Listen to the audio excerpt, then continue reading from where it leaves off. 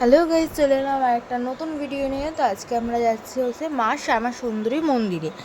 মন্দিরটা হচ্ছে মানিকতলা শখ স্ট্রিট। এখানে আমরা মন্দিরের সামনে চলে এসেছি। এই যে এখান দিয়ে আমরা ডালা কিনে নিচ্ছি। আর ডালার ওখানে কিন্তু 50 টাকা করে ডালা। ওখানে শুধু সিঁদুর তোমরা পাবে, কিন্তু মিষ্টি থাকবে না। মিষ্টি কিনলেও হচ্ছে 50 টাকা, কিন্তু ওখানে শুধু মিষ্টিই তোমরা পাবে।